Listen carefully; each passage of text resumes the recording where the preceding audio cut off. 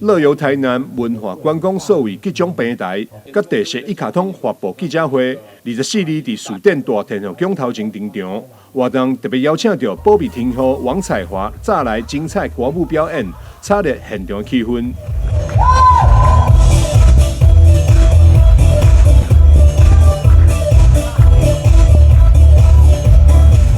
除了精彩表演，现场贵宾云集，包含副市长叶铁山、文化局长谢世恩、地方创新基金会董事长陈美玲，以及议员李启维、陈怡晶、沈振东、余柱清，也拢亲临现场，做伙见证乐游台南平台正式上线。请启动，我们漫步台南创新非凡。台南是个文化古都，但是台南也是个科技新城。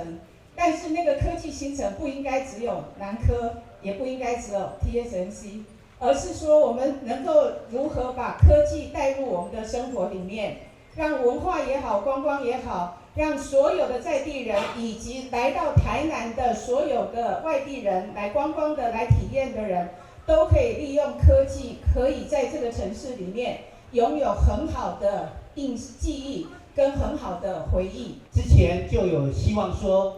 邓执行长可以在台南400年，为台南在科技上有一些的连结，所以非常感谢我们这个邓执行长在今天就发表了这样子的一个数位的一个平台，那把最新的这些科技融入到这个计划，透过我们的数位票券，或是我们目前的这些所谓的交通电子卡，乃至于所谓的电子支付等等。那把它串联在这一个平台上，那变成说线上线下都可以来旅游台南。不管你是从哪一个县市，或者是哪一个国家来玩，比如说我们这一次跟赤坎的澎湃商圈结合，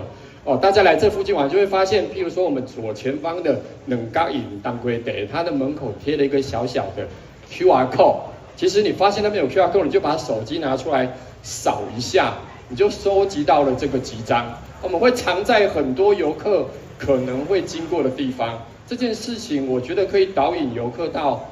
各个县市政府他们想要游客去的，慢慢卖吼，大概游客来，好像吃美食打个卡就走了，太可惜。我觉得太可惜，我们一定要善用这一些非常好的数位工具。